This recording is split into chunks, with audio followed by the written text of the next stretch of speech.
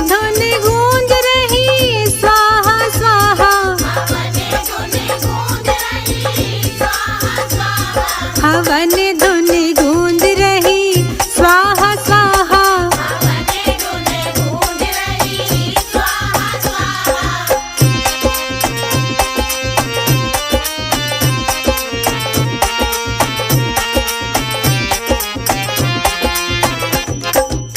ब्रह्माणी बोली अपने पति से,